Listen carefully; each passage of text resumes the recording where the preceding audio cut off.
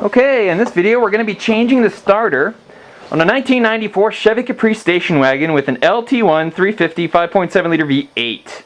Here's my new starter. Got it from Napa. It's actually a starter for a 1995 Corvette LT1 engine. It's a gear reduction starter. It's a little bit different than the one that's on the car now, but it should fit just fine. It doesn't weigh as much. It's more powerful, uses less amperage when starting, and it sounds pretty cool, I'm told. So we're going to go ahead and put this one in. We're going to be replacing the factory installed regular starter. What's new about this job is it's very, very cold outside. In fact, here in Alberta, it's currently -8 degrees Fahrenheit, so it's cold outside, so I'm dressed for it. But what I'm going to do now is jack the car up, undo the battery, and start getting going on this, and I'll bring you out there with me. Before I get going too far, let me show you the culprit. Here's our wagon, plugged in to the suckling energy of the electric grid. It's where our starter is. We're going to get it from the passenger side. The problem is it will not start anymore. I used to think I washed the car once and then it got really cold and it wouldn't crank. Had to hit it with a hammer to get it going. Said, well, it's either frozen or broken. So I went for a month or two, it was no problem, and then tried to give her a go and nothing, especially when I needed it. So we definitely need to change the starter. Here's an attempt at a start, and this is what we get. Just get the click.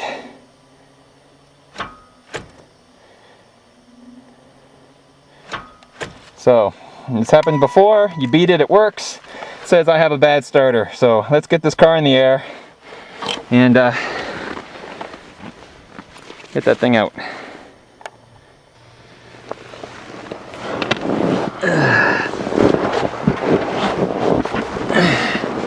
Okay, we're now into the car. This is the starter. Looks pretty crappy. Right there you're looking at the 2 terminals on the solenoid, and then right here we've got 1 bolt and the other bolt. So we got good access to those, and these electrical ones shouldn't be too bad. They're made out of copper. So we'll undo those 2. I think they're 13s, and then we'll come down here and get these large ones out and drop this puppy right out of the car. I'll be right back with that since it's cold and I want to get this thing done. Okay, finally got it out. It was real easy. Just these 2 bolts, which happen to be 9/16. They came out. And the starter came right out. I had some problems in the back, however, where the solenoid is. The large 14mm bolt came right off, but when doing the little other one there, the whole cap broke right off, which indicated that it was weaker and or already cracked. That's probably why we were having some issues. So that's broken, so fine, whatever. Here's the new starter. Here are our new hookups. This is our big positive, and this is our little solenoid connector there. Notice it's significantly smaller than that one there. It's not as big, it's a smaller motor. It's because it uses gears instead of a direct drive right to the starter. It's meant for high compression engines like the Corvette, which my Caprice is not. It bolts right in. It's a little bit more exposed, but that's fine for where it is on the car. So that's pretty much the deal. Now we just have to bolt this one in. One small difficulty, I actually had to clip the small post off this solenoid to get the starter out. So now I've got to go in there and I think it's at 8 or 9mm and take the stud out so I can just have the free cable, so I can then come in with my new starter, bolt it up, bolt the little wire on first, bolt the big one on. I might have to do some adjustments so it'll reach here, no big deal, and then we'll go ahead and try a test run on it, I think. So right now I got my tools warming again because it's so cold out here, man, it's crazy. The car's still sitting there. I can hear the little block heater bubbling right along there. I'm going to bring this back in the house so it doesn't get cold, and I'm going to get that little stud off there, and I'll take some pictures. We'll go into the car, look at the hole, and we'll get this puppy in there. Back into the car we go. I've been using a magnet to pick up my rackets and stuff, and man, I've been picking up all sorts of debris. Okay, back into the car. You can see the 2 mounting bolts where our starter will go. And you can see the teeth of the flex plate for the motor. So next I'm going to bolt the starter up here. I'm going to clean the contacts. There's a little wire there, I don't know if it's on frame or not. And then a bigger wire, obviously from our positive battery. We may need to do a little adjusting to get it to reach. And then we'll be good to go to give it a try. and hopefully that'll work, please, because it's starting to get dark and it's really cold. Okay, sorry for the crappy light, but our new starter is installed. There's one bolt right there. There's the other one. And there it is, all nice and shiny and new.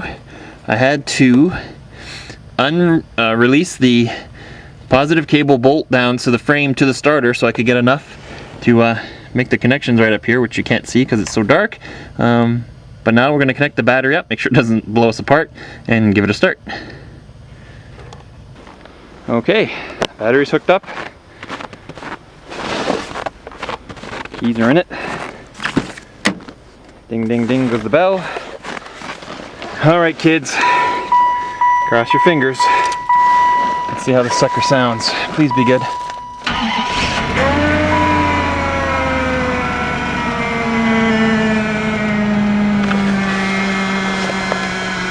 Ah, crap, that doesn't sound good. Hold on to your muffins. I think the starter may just need to be exercised a little bit.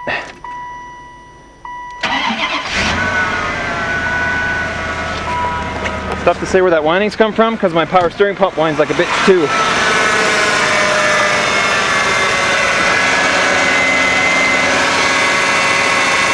I better get my mechanical stethoscope to take a look.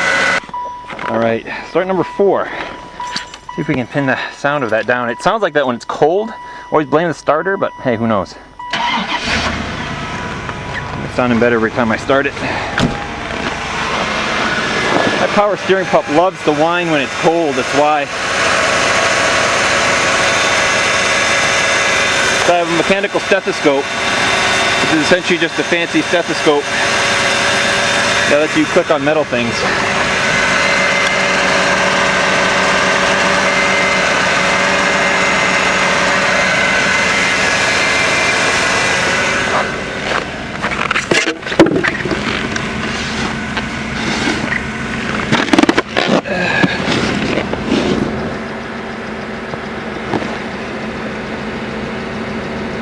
Definitely not the starter. Woohoo, that's awesome. Woohoo, so it's not the starter. It's just my power steering pump, I think, which really hates the cold. Car hasn't been running 3 days because the starter's been out. The block heater helps a great bit. And I never did shoot a video on how to put that in, but it's definitely an aftermarket one from Napa. But it works wonderful and sounds cool too. Let me turn it off and fire it up one more time just so you can hear it.